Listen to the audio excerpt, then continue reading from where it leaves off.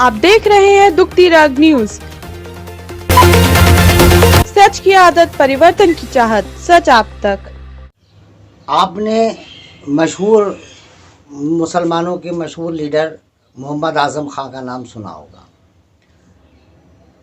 मैं ये नाम इसलिए ले रहा हूँ कि आपको ये भी याद होगा कि जब से भारतीय जनता पार्टी की मौजूदा हुकूमत इक़्तिदार में आई है तो खां साहब, उनके बेटे और उनकी बीवी वगैरह के ऊपर जो केस हुए हैं, उसके अलावा जो मोहम्मद आज़म खां साहब के ख़िलाफ़ जो केस हुआ है वो एक भू माफिया या ज़मीन के चोर की हैसियत से मौजूदा हुकूमत ने उनको कानून के जाल में फंसाया है। तो ऐसा क्या हुआ, तो उसकी अब मैं इसलिए बात को डेविएट कर रहा हूँ, सब्जेक्ट थोड़ा सा डेविएट हो रहा है कानपुर की शत्रु संपत्तियों से, लेकिन मैं आपको बता रहा हूँ कि राजा महमूदाबाद जिनकी जायदादों को हड़पने के लिए बुनियादी तौर पर यह कानून लाया गया था, मगर इसमें अब मोहम्मद आज़म खां साहब का कैसे मतलब इन्वॉल्वमेंट होता है।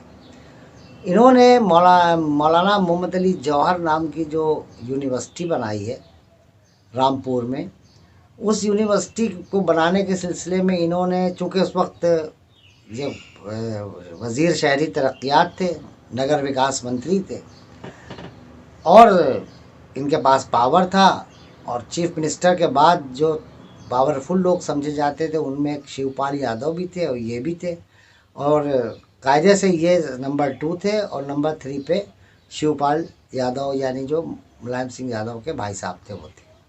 लेकिन आज़म खां साहब जो थे बहुत ताकतवर वज़ीर थे, और उस वक्त जब यूनिवर्सिटी बन रही थी उसके लिए जो ज़मीनों की ज़रूरत थी उसके लिए इन्होंने वहाँ के लोकल एडमिनिस्ट्रेशन, ज़िला अफसर, ज़िला के जो बड़े बड़े अफसर थे, डिस्ट्रिक्ट मजिस्ट्रेट, एसएसपी और बाकी सब लोग, इन सब को उन्होंने इसका इस्तेमाल करके और जिसके ज़मीन पे चाहा उसको कब्ज़े में करना शुरू कर दिया।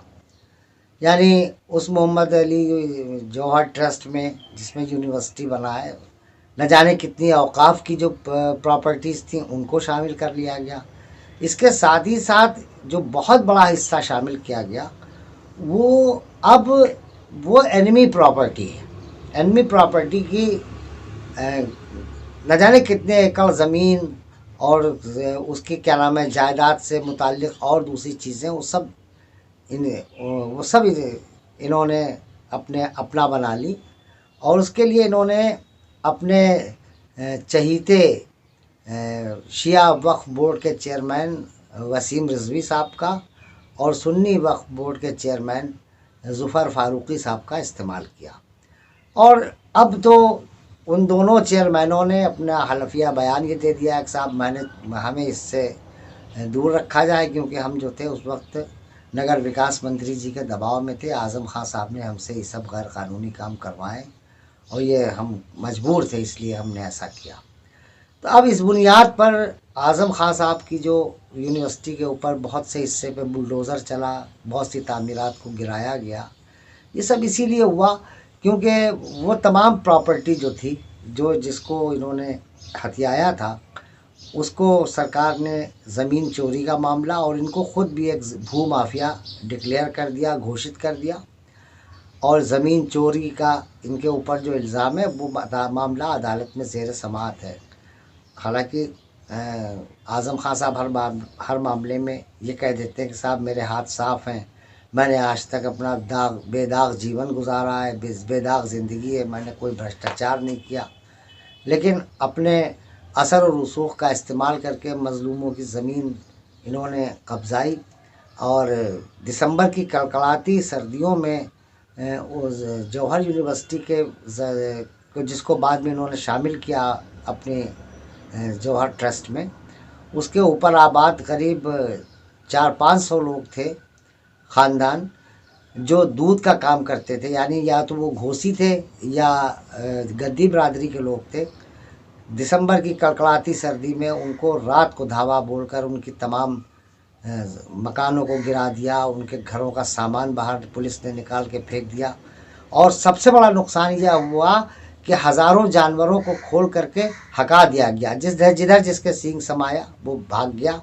बहुत सैकड़ों हज़ारों गाय भैंसें न जाने कहाँ चली गई। वो बेचारे इस कहर उनके ऊपर एक तरह से आज़म खां का अताब जो है वो टूट करके गिरा।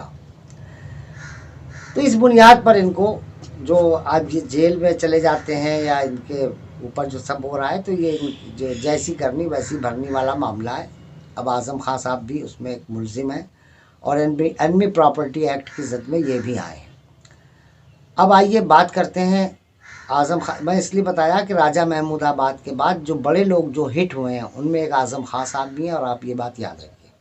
अब आइए बात करते हैं आज़म खां साहब से हट करके अब फिर हम कानपुर की शत्रु संपत्तियों की तरफ आते हैं। शत्रु संपत्तियों के बारे में बात करने से पहले मैं आपको एक दो बातें जो कल के वीडियो में रह गई थी हलीम कॉलेज से मुताल्लिक, उनको बताना ज़रूरी समझता हूँ। नंबर 1 कि 1914 में जब हलीम मुस्लिम मिडिल स्कूल कायम हुआ और उसमें तालिब इल्मों ने पढ़ना शुरू किया, दर्जात बन गए, मास्टरों का अपॉइंटमेंट हो गया और तालीमी सरगर्मियाँ शुरू हो गईं, तो इसके चारों तरफ एक खुला हुआ मैदान था। इसमें क्या हुआ कि आवारा जानवर आ जाते थे, कुछ लोग आ जाते थे, शराबी वगैरह, गंजे, उस वक्त गांजा बहुत पिया जाता था, चरस पी जाती थी, ये सब था। तो उससे शोर शराबा भी कभी कभी होता था। तो इन सब बातों से महफूज रखने के लिए ये ज़रूरत महसूस की गई कि इसके चारों तरफ एक बाउंड्री वॉल भी होना बहुत ज़रूरी है। तो उस वक्त एक फ़ज़ल हुसैन साहब एक साहब थे, वो भी कानपुर के रऊसा में से थे। और आप लोगों ने, अगर आप लोग बेकनगंज में हीरामनपुरवा साइड की जो कबाड़ी मार्केट है, वहाँ पर आप, उनका मकान है, उनका नाम है इश्तियाक पोले भाई। इनके दादा थे ये जिनको अफजल हुसैन। और वकील फजलुर रहमान साहब जो थे वो सफ़ीपुर के थे, जैसा कि मैं आपसे अर्ज़ कर चुका हूँ। अब सवाल ये आया कि इस कॉलेज की इंतज़ामिया कमेटी कैसी हो और किस तरह से इसके इंतज़ाम इंसराम को चलाया जाए और इसके अंदर तालीमी सरगर्मियों के फ़रोग़ के ऊपर किस तरह से काम किया जाए। तो इस सिलसिले में वकील फजलुर रहमान साहब ने ये कहना था कि कानपुर के अमायदीन कानपुर यानी एलीट क्लास के लोगों को और तालीमी शोबे में महारत रखने वाले लोगों की एक कमेटी बनाई जाए, वो इसको, और इसके लिए चंदा किया जाए। मगर हाफिज़ मोहम्मद हलीम साहब ने कहा कि चूँकि पैसे की बहुत, सरमाए की बहुत ज़रूरत होती है किसी इदारे को चलाने के लिए, लिहाजा उन्होंने कहा इंतज़ामिया कमेटी उन लोगों के ऊपर मुश्तमल बनाई जाए जो कच्चे चमड़े का काम करते हों और एक अपनी आबादी का एक मुकर्रर फ़ीसद हलीम मुस्लिम कॉलेज के डेवलपमेंट के लिए दे सकें। चुनांचे उन्होंने अपनी तजवीज़ इसलिए मनवा ली क्योंकि वाकई उस वक्त मुसलमानों के पास पैसा था ही नहीं, क्या नंगा नहाएगा क्या निचोड़ेगा, ये वाला मामला था। कुछ लोग रऊसा थे, उनके दम से ये स्कूल चलना था। बहरहाल वो इस तरह से इंतज़ामिया कमेटी के ऊपर कच्चा चमड़ा काम करने वाले लोगों का कब्ज़ा हुआ, आज भी है। और हरचंद के फजलुर रहमान साहब ने बहुत दलीलें दी कि देखिए ये सब जाहिल लोग हैं, पढ़े लिखे लोग नहीं हैं, इनका तालीम से कोई लेना देना नहीं है, और तालीम का काम जो है इसकी निगरानी जब तक एलीट क्लास के तालीम याफ्ता लोग नहीं करेंगे, ये इदारा जहाँ पे जब कछुए की चाल से भी आगे बढ़ना इसका मुमकिन नहीं होगा। यकीनन वो बहुत ही दूरंदेश थे और फोरसाइटर थे। यही हुआ कि अब ये चमड़ा मंडी के लोग जो हैं, ये चमड़ा का काम करने वाले लोग, इनकी इंतज़ामिया कमेटी क्या कर रही है इसके ऊपर अगर बोलना शुरू करेंगे तो फिर विषयांतर हो जाएगा, डेविएट हो जाएगा सब्जेक्ट। लिहाजा इसको मैं यहीं पे ख़त्म करते हुए इसको अगले किसी वीडियो के लिए मौकूफ़ करता हूँ। फिल वक्त हम आते हैं लौट करके आपके कानपुर की शत्रु संपत्तियों की तरफ। शत्रु संपत्ति 1968 में एक कानून बना करके चीन और पाकिस्तान की शहरियत हासिल कर लेने वाले भारतीय नागरिकों की तमाम इमलाक को जो यहाँ पर हिंदुस्तान में थी उसको शत्रु संपत्ति करार दे दिया गया। अब साहब ये सब हुआ और और वो कस्टोडियन 1947 में जब बना था, मुल्क बना था दूसरा, पाकिस्तान बना था, तो उस वक्त कस्टोडियन था। पाकिस्तान में भी कस्टोडियन था, हिंदुस्तान में भी कस्टोडियन था। और जो लोग यहाँ अपनी जायदादें छोड़ करके वहाँ जा कर के उसकी तफसीलात देते थे, उनके एवज़ वहाँ उनको मुआवजा मिलता था, जायदादें मिलती थी। और जो लोग वहाँ से छोड़कर यहाँ आकर के अपना तफसीलात देते थे, उसके लिहाज से यहाँ पर उनको जायदादें और मुआवजा दिया जाता था। खैर, शत्रु संपत्ति संरक्षण संघर्ष समिति का क़याम दरअसल आया तो है 2017 में, लेकिन इसकी सुगबुगाहट और इस तरह के लोगों का एक जगह पे जमा होना और अपनी किराएदारी को बचाना या अपने आशियाने को बचाने का काम 1999 में शुरू हुआ। जैसा कि मैं आपने पिछले वीडियो में आपको बता चुका हूँ कि 1980 के बाद से प्रॉपर्टी का काम, जायदादों का काम, ख़रीद व फ़रोख्त का काम, इसको एकदम से पर लग गए और ये सबसे उभरता हुआ काम बना।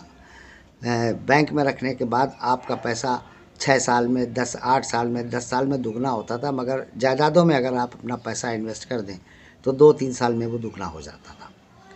और बहुत से लोगों ने इसमें बहुत बेतहाशा पैसा कमाया और खूब वारे न्यारे हुए। खैर, वो एक अलग मसला है, अब किसको क्या मिला ये मुक़द्दर की बात है। अब बात यह है कि साहब,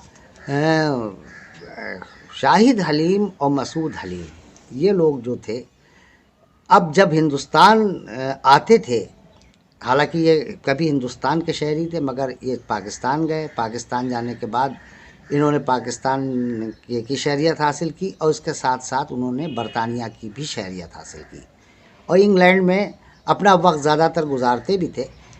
वहाँ इंजॉय करते थे लाइफ को, पैसे की कोई कमी नहीं थी। लिहाजा जब भी आते थे तो ये एक ब्रिटिश नागरिक की हैसियत से हिंदुस्तान आते थे।